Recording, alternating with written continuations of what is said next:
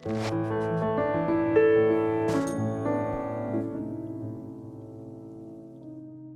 semana pasada nos encontramos con un faraón obstinado que no importaba qué manifestación de poder Dios hiciera, estaba empeñado en demostrar que su poder, su autoridad y su soberanía estaban por encima de cualquier Dios.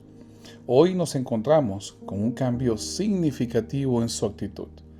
Pero antes de continuar con este programa de Reflexionando, quiero invitarte a que le des me gusta al video, te suscribas a nuestro canal y también lo compartas con otras personas que se puedan beneficiar de este estudio bíblico que nosotros compartimos a través de este medio.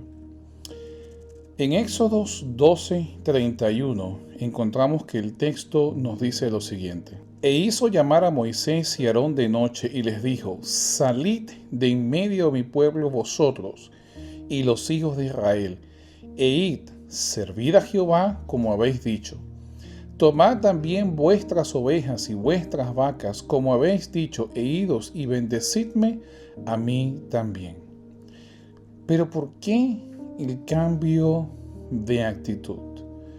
Por un lado, nosotros podemos inferir que la narración nos habla acerca de un faraón que se sentía derrotado, un faraón que tuvo miedo, un faraón que vio que la manifestación de poder, una vez que tocó a los primogénitos de Egipto, era mucho más poderosa de lo que él podía manejar.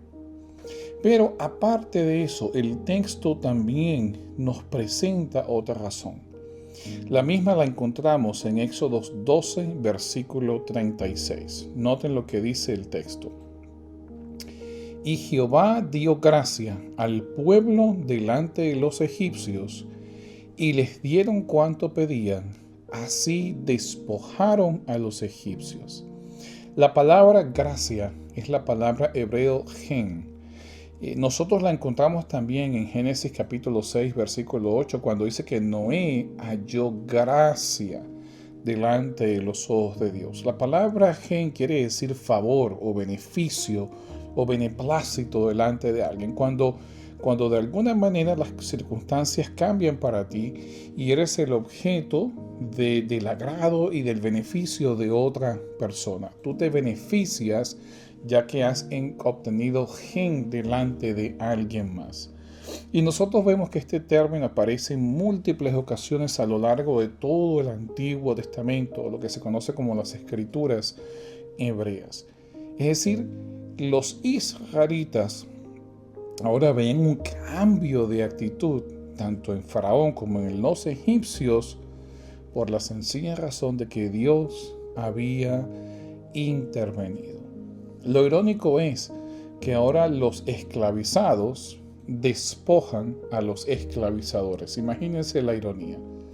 Israel antes estaba despojado de su libertad, despojado de sus propiedades, esclavo, con la labor incrementada a niveles absurdos, pero ahora eran los esclavizados los que estaban despojando a los esclavizadores. Y todo esto es para reflejar la magnitud de la liberación que Dios hace sobre Israel de sus opresores. Ahora, Faraón nuevamente se sintió con miedo y concedió. Pero la realidad es que el miedo o el temor son motivadores bastante cortos, no son motivadores perpetuos. Tú puedes infringir miedo y terror en alguien para oprimirlo hasta el momento en que la persona ya no tiene miedo y entonces comienza una rebelión. Y nosotros lo vemos a lo largo de todo el texto bíblico. Por el contrario, un motivador mucho más fuerte en el texto bíblico es el amor. Nosotros lo vemos en los dichos de Pablo. El amor de Cristo nos constriñe. Nosotros lo vemos en el ministerio y predicación de Jesús, porque de tal manera amó Dios al mundo. Nosotros lo vemos en los oráculos proféticos. Dios busca amar y ser amado, porque son motivadores mucho más perpetuos, era lo que Dios quería con Israel. Pero en cuanto al miedo y al temor, nosotros vamos a observar a lo largo de la narración de que Faraón muy pronto superaría el temor y el miedo que tenía y tramaría una nueva estrategia para imponerse y acabar con los israelitas. Pero antes de eso, en el momento de su salida, Dios le ordena a Moisés a establecer un ritual que involucraba a los primogénitos. Leamos acerca del mismo en Éxodo 13, versículos 1 al 16, versículos 1 al 16. Lean conmigo. Jehová habló a Moisés diciendo: conságrame, usa el término kadosh, conságrame, todo primogénito, cualquiera que abre matriz entre los hijos de Israel, así de los hombres como de los animales, mío es. Y Moisés dijo al pueblo: tened memoria de este día en el cual habéis salido de Egipto, de la casa de servidumbre, pues Jehová os ha sacado de aquí con mano fuerte, por tanto no comeréis leudado. Vosotros salís hoy en el mes de Abib, y cuando Jehová te hubiere metido en la tierra del cananeo, del eteo, del amorreo, del jebeo y del jebuseo, la cual juró a tus padres que te daría, tierra que destila leche y miel, harás esta celebración en este mes. 7 días comerás pan sin leudar o sin levadura, y el 7º día será fiesta para Jehová. Por los 7 días se comerán los panes sin levadura, y no se verá contigo nada leudado, ni levadura en todo tu territorio, y lo contarás en aquel día a tu hijo, diciendo: se hace esto con motivo de lo que Jehová hizo conmigo cuando me sacó de Egipto. Y te será como una señal sobre tu mano y como un memorial delante de tus ojos, para que la ley de Jehová esté en tu boca, por cuando con mano fuerte te sacó Jehová de Egipto. Por tanto, tú guardarás este rito en su tiempo, de año en año. Y cuando Jehová te haya metido en la tierra del cananeo, como te ha jurado a ti y a tus padres, y cuando te la hubiere dado, dedicarás a Jehová todo aquel que abriere matriz. Asimismo, todo primer nacido de tus animales, los machos, serán de Jehová. Mas todo primogénito de asno redimirás con un cordero, y si no lo redimieres, quebrarás su cerviz. También redimirás al primogénito de tus hijos. Y cuando mañana te pregunte tu hijo diciendo: ¿qué es esto?, le dirás: Jehová nos sacó con mano fuerte de Egipto, de casa de servidumbre, y endurecióse Faraón para no dejarnos ir. Jehová hizo morir en la tierra de Egipto a todo primogénito, desde el primogénito humano hasta el primogénito de la bestia, y por esta causa yo sacrifico para Jehová todo primogénito macho, y redimo el primogénito de mis hijos. Te será pues como una señal sobre tu mano y por un memorial delante de tus ojos, por cuanto Jehová nos sacó de Egipto con mano fuerte. La palabra que se usa aquí, consagrar o apartar, es la palabra kadosh. Y la misma es bastante común en el texto. Ustedes también la van a ver con la idea de santificar, por lo menos el santo de los santos que aparece en el libro de Daniel. La expresión es kadosh, kadoshim, el santo, el más santo de todos los santos, ¿sí? Y la idea detrás de esto es apartar para un uso particular, para un propósito específico. Los primogénitos eran apartados por un propósito específico para Dios. Ahora, es interesante aquí usa la palabra redimir. La palabra aquí redimir tiene que ver con un sustituto, con un sacrificio sustituto. Y refleja el hecho de que para que los israelitas pudiesen obtener liberación de Egipto, los primogénitos de Egipto tuvieron que morir. Era la única forma en que Faraón finalmente se persuadiera a dejar libre a los israelitas. Ahora, el sacrificio de los primogénitos de Egipto causa la liberación de los primogénitos israelitas. Este día nosotros la conocemos en el Pentateuco y en el Antiguo Testamento como el sacrificio sustitutivo, es decir, una persona que muere para beneficio o un ser que muere para beneficio de otra persona. Y nosotros lo vemos reflejado en el sistema de sacrificios israelita. Nosotros lo vemos reflejado en la historia del sacrificio que Abraham iba a hacer de Isaac. Nosotros lo vemos reflejado en diferentes escenas bíblicas, pero en este caso, el énfasis es hecho en la liberación de Israel y en los primogénitos que ya no iban a ser más esclavos, sino iban a quedar libres. Y es interesante que esta es la misma idea que luego se le aplica al siervo de Dios en Isaías y que luego en el Nuevo Testamento se le aplica a Jesús. Cuando Juan dice, y ve a Jesús, le dice, aquí el Cordero de Dios que quita el pecado del mundo. Jesús lo dice en su predicación, dice, porque de tal manera amó Dios al mundo que dio a su Hijo unigénito para que todo aquel que en él crea no se pierda, mas tenga vida eterna. Y la volvemos a ver repetida en el Apocalipsis cuando se presenta el Cordero inmolado por quien nuestros pecados han sido redimidos, han sido limpiados, han sido borrados. Este día está a todo lo largo del texto. Y aquí este ritual tenía como propósito servir de memorial. Se compara con dos cosas, con una señal en tu mano.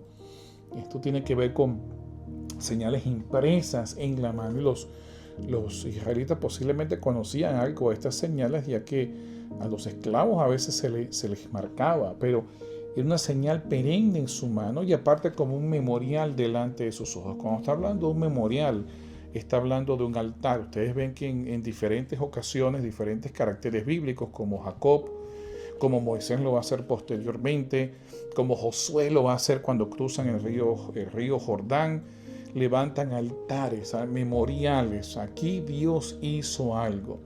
Y esta ceremonia, este rito tenía que servir como un memorial delante de los ojos de los israelitas para que recordaran por qué razón o cómo fue que ellos salieron de la tierra de Egipto. Pero aparte de eso hay otro importante significado que se adjunta a esta idea, ya que en esta época también se celebraba la fiesta de los primeros frutos y la idea que se presenta aquí es el hecho de que los israelitas sacrificaban o apartaban algo, santificaban algo, celebraban algo o daban algo o ofrendaban algo, no para que Dios los bendijera.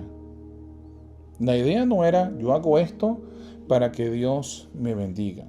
Esa era la idea en las sociedades politeístas, en las sociedades que nosotros hoy en día las llamamos paganas o idólatras. Hacían sacrificios, hacían ceremonias, rituales, embellecían los templos, le daban de comer a las estatuas, las sacaban a pasear en procesiones para que los dioses los bendijeran. Pero en el caso de Israel era todo lo contrario. Ellos hacían memoriales porque Dios ya los había bendecido. Y esto es una distinción importante porque impacta inclusive nuestro ritual de dar diezmos y ofrendas. Algunos predicadores populares se han enfrascado en la idea del el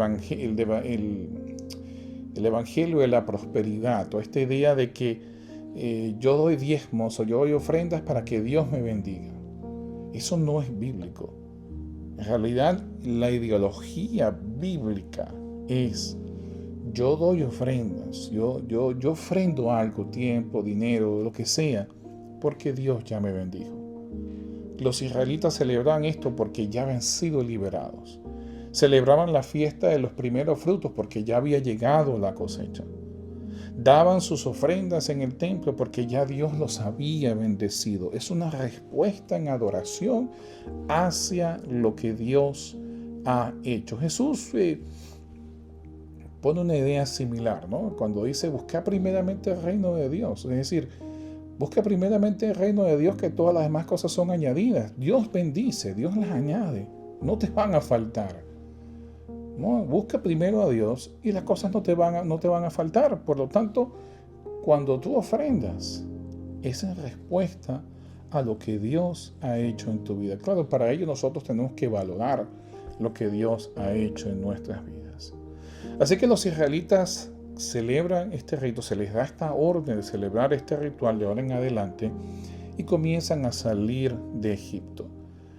Y aquí se desarrolla en su peregrinaje hacia la tierra de Canaán lo que se conoce como la ruta del Éxodo, el camino que ellos siguieron. Y esta se conocía en los tiempos del Nuevo Testamento como la Vía Maris, o la Vía del Mar, o la Vía Marítima, pero en tiempos egipcios se conocía como el Camino de Horus. Ahora, el texto nos hace la referencia acerca del camino de los filisteos. Los filisteos no llegan hasta Egipto, hasta Canaán, hasta el siglo XII. Estamos hablando del año 1175 a.C., es decir, unos 300 años más o menos después de los hechos que nos narra el texto en cuanto al Éxodo. Por lo tanto, la acotación que hace aquí el autor de Éxodos en cuanto al camino de los filisteos nos refleja el hecho de que el libro fue escrito posteriormente y que se usaba o quizás una redacción, una edición, en que se usaba el término que era común para los lectores principales del texto. Pero y que los lectores del texto identificaban como lo que antes se conocía como el camino de Horus. Ahora, en el camino de Horus había una serie de fuertes militares egipcios de gran tamaño, que inclusive eran como 11 de ellos, y resguardaban militarmente con guarniciones y soldados egipcios y controlaban el paso o el tránsito que unía todo lo que era la parte de Canaán, inclusive la parte de la Anatolia, y todo esto era con el objetivo de prevenir que otros grupos grandes, imperios como los hititas y otros, incursionaran hacia Egipto. Por lo tanto, cuando el texto nos dice que Dios decidió que los israelitas se fueran por el camino del Mar Rojo, era precisamente para evitar estos fuertes militares que inevitablemente iban a causar el enfrentamiento militar entre los israelitas y los egipcios, y posiblemente a lo que Faraón tenía entre manos, tenía en su mente, que se fuesen por el norte y entonces atraparlos con el ejército egipcio a sus espaldas y el ejército egipcio en su frente, delante de ellos y detrás, y no tuviesen ningún tipo de escapatoria. Pero por el contrario, Dios decide guiarlos por el sur, por la península de Sinaí, la cual estaba prácticamente desierta, excepto por un fuerte al inicio de ella, y que era un terreno extremadamente árido. Pero los israelitas no solamente comenzaron su peregrinaje, sino que aparte de eso ocurre algo muy particular. Vamos a leerlo en Éxodo 13, versículos 19 al 22. Éxodo 13, 19 al 22. Y noten lo que nos dice. Tomó también consigo Moisés los huesos de José, el cual había juramentado a los hijos de Israel diciendo: Dios ciertamente os visitará, y haréis subir mis huesos de aquí con vosotros. Y partieron de Sucot y acamparon en Etam, a la entrada del desierto. Y Jehová, noten, iba delante de ellos de día en una columna de nube para guiarlos por el camino, y de noche en una columna de fuego para alumbrarles, a fin de que anduviesen de día y de noche. Nunca se apartó delante del pueblo la columna de nube de día, ni de noche la columna de fuego. Y esto es muy significativo, ya que toda la idea era, y recuerden que ellos estaban enfrentando a un terreno completamente árido, con un sol inclemente. Y de noche la temperatura en los desiertos también desciende bastante drásticamente.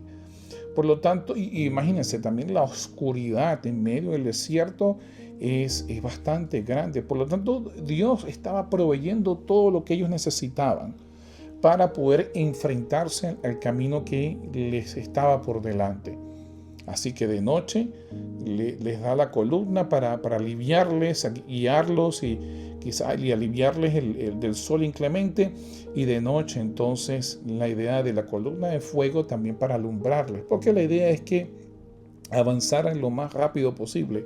Noten la idea que el texto nos dice que quería que anduvieran de día y de noche, o sea, sin parar. Había una especie de apresuramiento en llegar al monte de Dios para entonces poder ofrecer sacrificios. Y obviamente también detrás de eso está la idea de que Faraón en cualquier momento puede cambiar de opinión y entonces iniciar una nueva arremetida en contra de los israelitas. Porque Faraón dirá a los hijos de Israel: encerrados están en la tierra, el desierto los ha encerrado, y yo endureceré el corazón de Faraón para que los siga, y seré glorificado en Faraón y en todo su ejército, y sabrán los egipcios que yo soy Jehová. Y ellos lo hicieron así. Y fue dado aviso al rey de Egipto que el pueblo huía, y el corazón de Faraón y de sus siervos se volvió contra el pueblo, y dijeron: ¿cómo hemos hecho esto de haber dejado ir a Israel para que no nos sirva? Y unció su carro y tomó consigo su pueblo. Y tomó 600 carros escogidos y todos los carros de Egipto, y los capitanes sobre ellos, y endureció Jehová el corazón de Faraón, rey de Egipto, y él siguió a los hijos de Israel, pero los hijos de Israel habían salido con mano poderosa. Siguiéndolos pues los egipcios con toda la caballería y carros de Faraón, su gente de a caballo y todo su ejército, los alcanzaron acampados junto al mar, al lado de Pijahirot, delante de Baal Zephón. Y cuando Faraón, noten, cuando Faraón se hubo acercado, los hijos de Israel alzaron sus ojos, y he aquí que los egipcios venían tras ellos, por lo que los hijos de Israel temieron en gran manera y clamaron a Jehová y dijeron a Moisés: ¿no había sepulcros en Egipto que nos has sacado para que muramos en el desierto? ¿Por qué has hecho así con nosotros, que nos has sacado de Egipto? ¿No es esto lo que te hablamos en Egipto, diciendo: déjanos servir a los egipcios? Porque mejor nos fuera servir a los egipcios que morir nosotros en el desierto. Y Moisés dijo al pueblo: no temáis, estad firmes y ved la salvación que Jehová hará hoy con vosotros, porque los egipcios que hoy habéis visto, nunca más para siempre los veréis. Jehová peleará por vosotros y vosotros estaréis tranquilos. Así que es posible, como les había dicho, que Faraón hubiese pensado de que ellos se irían por el norte y así los atraparían. Pero al ver que se habían ido por el sur, Faraón concluyó lógicamente: ahora sí es verdad que no tienen salida, porque en el desierto no sobrevivirían. Y detrás de eso, para devolverse, tendrían que enfrentarse contra nuestros ejércitos. Por lo tanto, él agarra todo su ejército, refuerza su capacidad militar y viaja directamente hacia el sur a perseguirlos, y viendo y considerando el hecho de que los tiene atrapados, están sin salida. Ahora, uno de los términos interesantes que se usa en la narración es lo que se traduce como el Mar Rojo. La traducción del Mar Rojo en realidad viene de la traducción al griego del Antiguo Testamento, o lo que nosotros conocemos como la Septuaginta, que identifica a este cuerpo de agua con el Mar Rojo. Pero en hebreo no se llama Mar Rojo. En hebreo el término es el Yam Shuf, o el Mar de las Cañas. Y esto ha traído un poco de controversias, ¿no? Dentro de lo que son los círculos académicos que consideran la historia del Éxodo como una historia que no es históricamente confiable. Así que porque estas cañas de papiro crecen alrededor de los cuerpos de agua fresca, no alrededor de los cuerpos de agua salada, como en efecto lo es el Mar Rojo. Por lo tanto, ¿a qué se refería este famoso Yam Shuf, este mar de las cañas? Y han habido diferentes identificaciones en cuanto a diferentes lagos que están hacia al sur de lo que es el norte de Egipto, la área del delta, sino hacia el sur, cerca de la península, en dirección hacia la península de Sinaí. Y dicho, bueno, posiblemente alguno de estos lagos grandes fue el que usó los israelitas, o el que usa el autor para entonces identificar el cuerpo de agua donde los israelitas cruzan y los egipcios perecen. Sin embargo, hay grandes problemas con esto también, porque entonces habría que incrementar mucho la capacidad del agua de estos lagos para poder ahogar a todo un ejército. Y aparte de eso, los egipcios sencillamente pudieron circuncidar los lagos y esperar a los israelitas del otro lado. Así que es un poco complicado tratar de identificar esto con un lago local. Nosotros lo más seguro es que los que tradujeron, los que estuvieron involucrados en la traducción al griego del Antiguo Testamento, en la Septuaginta, identificaron el Mar Rojo porque sabían la referencia que el término tenía. Aparte de eso, la palabra shuf, deriva del hebreo llegar hasta el final, o shawaf, en su forma de pronombre. Así que también es posible de que este término, el Mar Shuf, tenga que ver con la extremidad, o donde llega hasta el final, donde termina el Mar Rojo, y estuviese refiriéndose no al completo, el cuerpo completo de agua, como decía el Mar Mediterráneo o el Mar Atlántico, sino a la extremidad del mar, y que fuese por aquí justamente donde cruzó el pueblo de Israel. Aparte de eso, tenemos toda la descripción del itinerario, de la ruta que siguieron los israelitas, y el Mar Rojo encaja mucho mejor que cualquiera de las otras sugerencias. Pero hay un texto más que también nos ayuda a entender esto. Noten lo que dice Isaías capítulo 11, versículos 15 y 16. Noten, Isaías 11, versículos 15 y 16. El Señor, note, secará la lengua del mar de Egipto. Con el poder de su espíritu agitará su mano contra el río, lo partirá en 7 brazos y hará que pasen por él con sandalias. Entonces habrá un camino para el remanente de su pueblo que quedó en Asiria, como lo hubo para Israel en el día en que subió de la tierra de Egipto. Por lo tanto, Isaías también habla acerca de esta referencia del mar de Egipto, que lo más seguro, el candidato más lógico, es el Mar Rojo, porque es el mar que justamente está en las cercanías. Lo demás son lagos, son cuerpos de agua, pero no necesariamente identificados como mares, como el mar Mediterráneo o el mar Rojo. Y estos dos mares son las únicas dos opciones. Por lo tanto, nosotros podemos ver claramente el hecho de que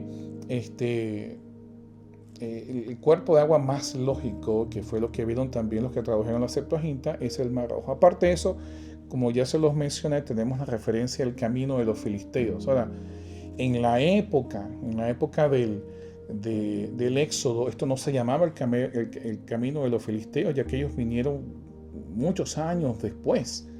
Así que si esta referencia del camino de los filisteos aparece en el texto y una referencia mucho más tardía, es posible que la referencia de Yanshuf también sea una referencia más tardía, términos posteriores que no eran los términos originales en el texto en el momento del incidente del Éxodo, sino que eran textos posteriores que estaban orientados hacia la audiencia inicial, los lectores iniciales, para que ellos pudiesen identificar acerca de qué cuerpo de aguas o qué rutas se estaban refiriendo.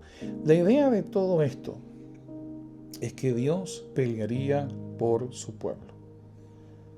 Es la idea principal. Faraón era el guerrero de los egipcios, pero Dios es el guerrero de los israelitas. Y aquí se demuestra claramente el poder soberano y mucho más grande de Dios que el poder de Faraón. Y esta es la idea que está detrás de toda esta escena. Ahora, Israel entra en pánico y con razón. Israel entra en pánico y con razón. Porque no estaba fácil enfrentarse al desierto, ni tampoco estaba fácil enfrentarse a los ejércitos de Faraón. Por lado y lado tenían sencillamente todas las opciones para perder, excepto de que Dios estaba con ellos. Pero este era el inicio de una jornada que solo podía tener un final: el establecimiento de la nación cuyo Dios era Yahweh, cuyo Dios era Dios, Jehová, el único Dios existente. Y noten las palabras de ánimo que Moisés le da a los israelitas. Éxodo 14, versículos 13 al 18. Noten y léanlo conmigo. Éxodo 14, 13 al 18. Y Moisés dijo al pueblo: no temáis, estad firmes y ved la salvación que Jehová hará hoy con vosotros. Porque los egipcios que hoy habéis visto, nunca más para siempre los veréis. Jehová peleará por vosotros y vosotros estaréis tranquilos. Entonces Jehová dijo a Moisés: ¿por qué clamas a mí? Diga a los hijos de Israel que marchen. Y tú alza tu vara y extiende tu mano sobre el mar y divídelo, y entren los hijos de Israel por en medio del mar en seco. Y aquí yo endureceré el corazón de los egipcios para que los sigan, y yo me glorificaré en Faraón y en todo su ejército, en sus carros y en su caballería. Y sabrán los egipcios que yo soy Jehová, cuando me glorifique en Faraón, en sus carros y en su gente de a caballo. Ahora noten, esta sería la última señal de poder que haría Dios en Egipto, porque servía de antesala a la entrada a la nueva tierra de Canaán. Cuando ellos llegasen a Canaán, se iban a encontrar con una serie de enemigos también políticos y militares. Pero al ellos entrar a Canaán, ahora no como los que están huyendo de los esclavizadores, sino como los que han de conquistar una tierra nueva, tenían que recordar precisamente lo que Dios había hecho en Egipto. De hecho, cuando nosotros vemos la narrativa en Josué acerca de la llegada de los israelitas a Jericó, cuando Rahab habla con los espías, una de las cosas que le dice es: aquí se ha escuchado lo que vuestro Dios hizo en Egipto, y eso ha llenado de temor a todos. La idea era que ellos recordaran sin lugar a duda que quien peleaba sus guerras era Dios. Ahora continúa la narración diciendo lo siguiente, Éxodo 19 al 20. Noten lo que dice: y el ángel de Dios que iba delante del campamento de Israel se apartó e iba en pos de ellos. Y asimismo la columna de nube que iba delante de ellos se apartó y se puso a sus espaldas, e iba entre el campamento de los egipcios y el campamento de Israel. Y era nube y tinieblas para aquellos, y alumbraba a Israel de noche, y en toda aquella noche nunca se acercaron los unos a los otros. Ahora, quiero que se den cuenta nuevamente de la inutilidad de las estrategias de Faraón. O sea, los alcanza con su ejército, piensa que están atrapados. No es como que llegaron justo cuando estaban cruzando y cosa de minutos cruzaron. No, los egipcios estaban acampados cerca de los israelitas, pero gracias a que la columna que antes les daba resguardo en el día y luz en la noche, ahora se había interpuesto entre los agresores y las víctimas, es decir, entre los egipcios y los israelitas. Los egipcios, a pesar de estar acampados cerca de donde estaban los israelitas, no podían hacer nada.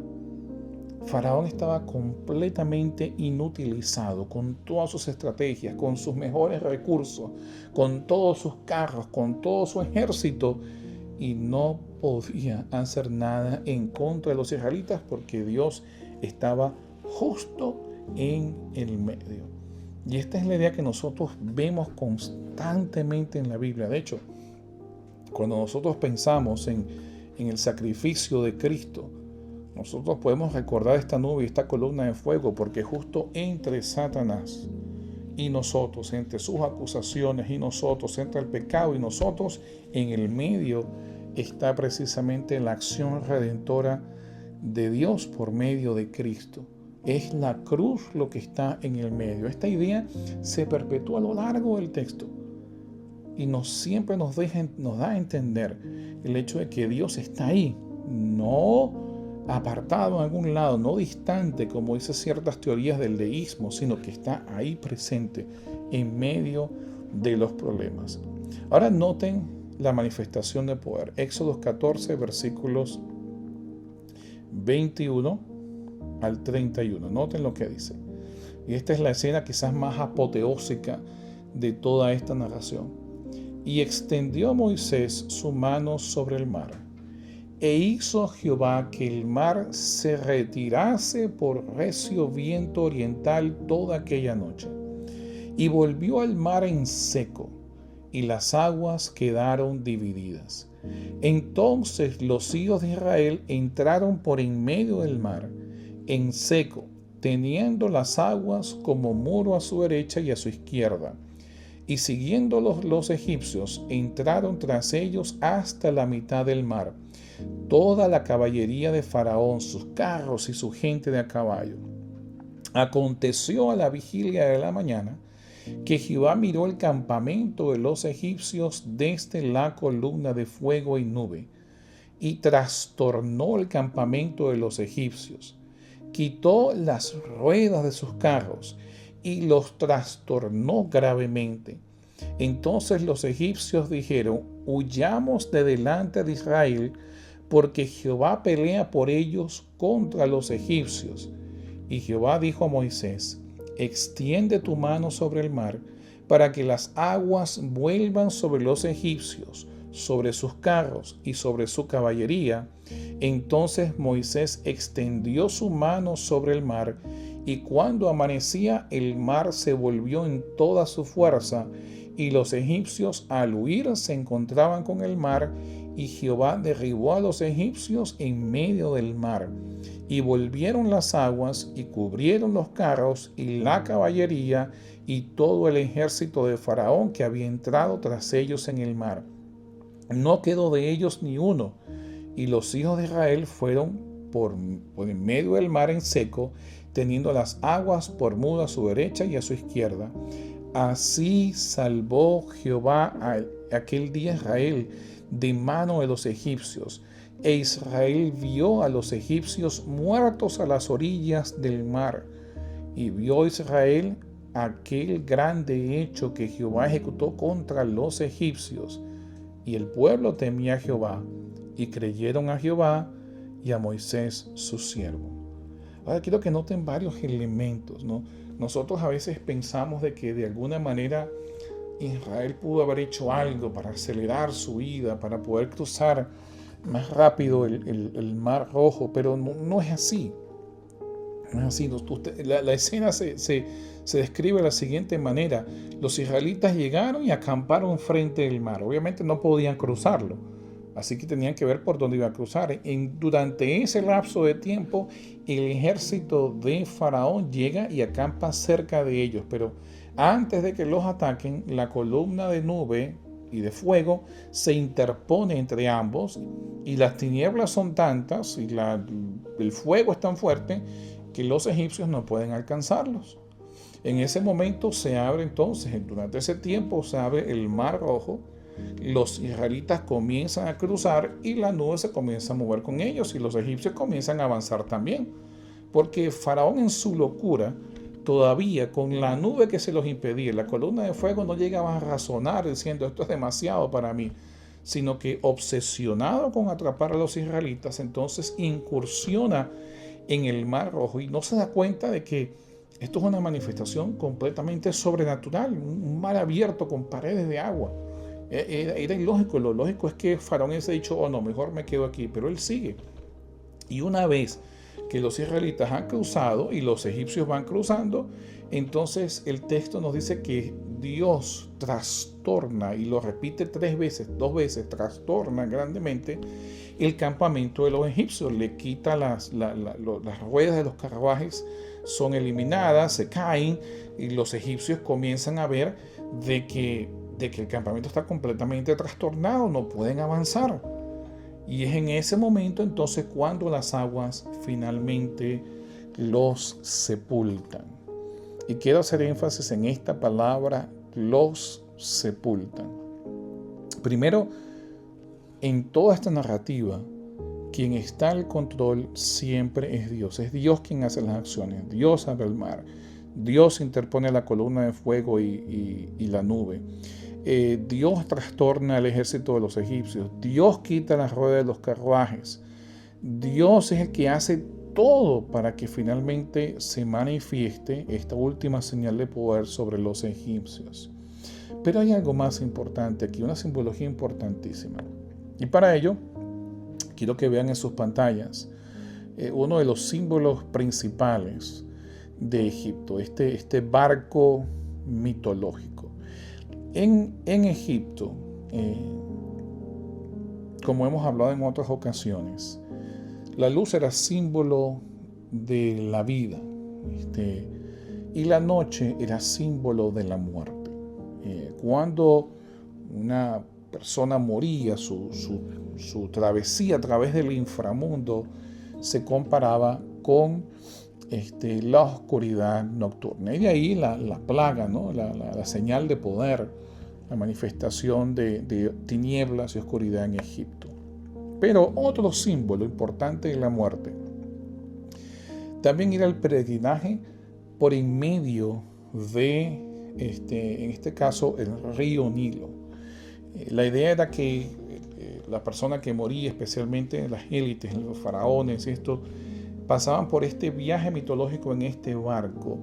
Y en medio de esto habían diferentes demonios que estaban tratando de devorar e impedir y hacer que la persona que estaba por este viaje mitológico del inframundo no saliera de ella, sino que quedara atrapada en este mundo y finalmente pereciera por la eternidad, no volviese al ciclo de la vida.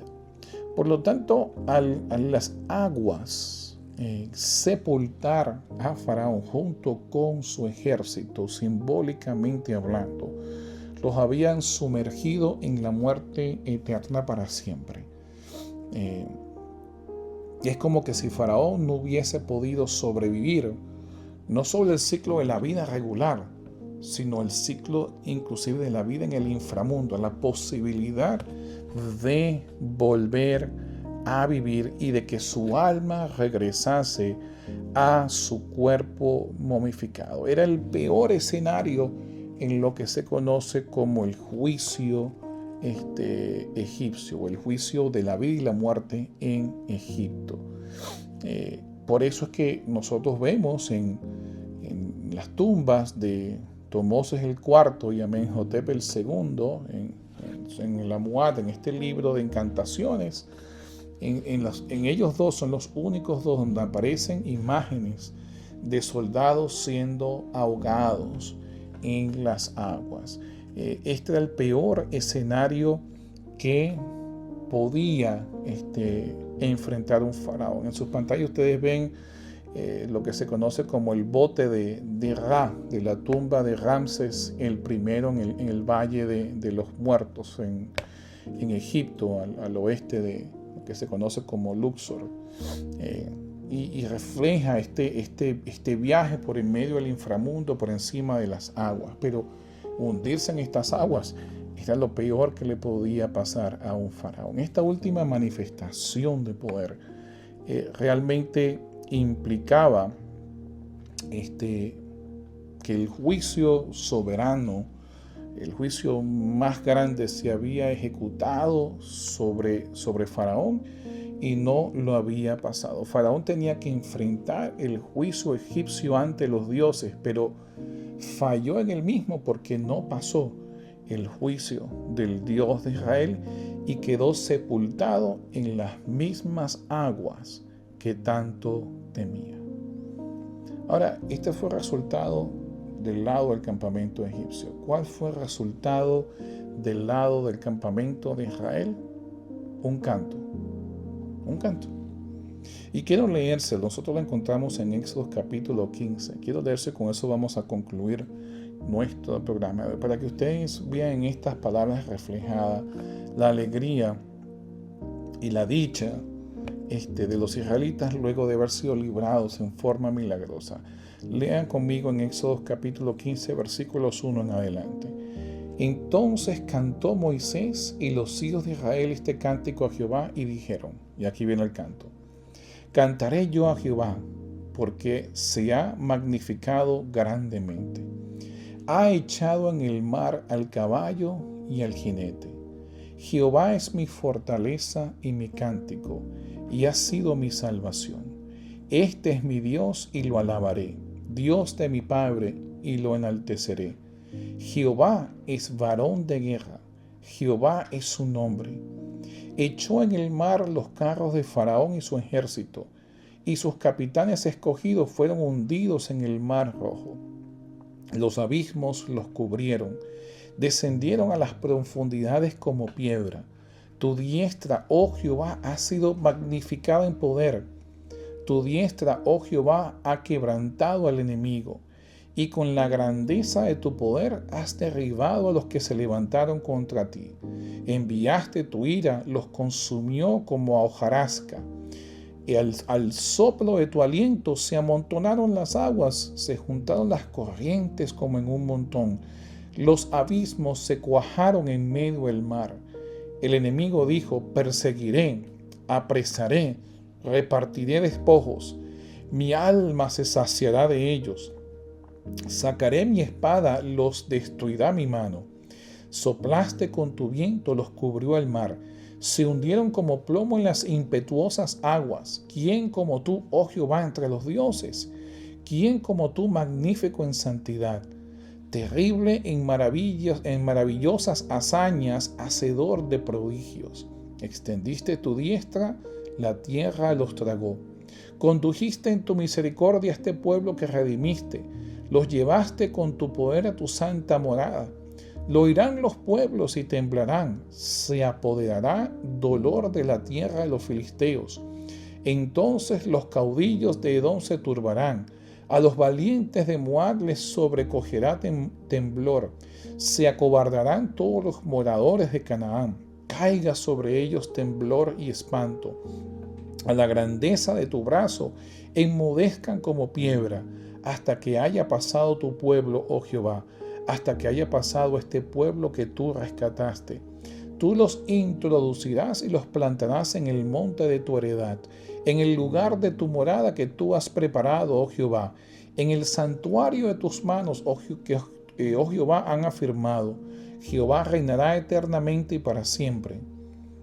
Este es el cántico que los israelitas cantan una vez que ven a su gran enemigo, su gran opresor, por cientos de años, completamente derrotado y sepultado desde el punto de vista egipcio en la peor forma posible y eliminados de una vez y para siempre desde el punto de vista de los israelitas y para siempre desde el punto de vista de los egipcios. Y es interesante que en el libro de Apocalipsis también se habla de un canto que cantan aquellos que son librados son redimidos de la tierra, que son librados también de enemigos terribles como bestias y la imagen y el dragón, y que son entonces aceptados en la tierra celestial. Noten lo que dice Apocalipsis 5, versículos 9 al 10. Ellos entonaban un cántico nuevo diciendo: digno eres de tomar el libro y de abrir sus sellos, porque tú fuiste inmolado y con tu sangre has redimido para Dios de toda raza, lengua, pueblo y nación. Tú nos has constituido en un reino y sacerdotes para nuestro Dios, y reinarán sobre la tierra. Esa es la misma idea, es un canto, es una respuesta de adoración a la redención, usando precisamente muchos de los términos que nosotros encontramos en estos capítulos de Éxodo, como el término redimir. Pero aparte de eso, en Apocalipsis 15, otro grupo también hace un canto similar, y noten cómo se le denota este canto. Apocalipsis 15, versículo 3. Y cantan el cántico de Moisés, el siervo de Dios, y el cántico del Cordero, diciendo: grande y maravillosas son tus obras, Señor Dios Todopoderoso. Justos y verdaderos son tus caminos, Rey de las naciones. Oh Señor, ¿quién no temerá y glorificará tu nombre? Porque solo tú eres santo.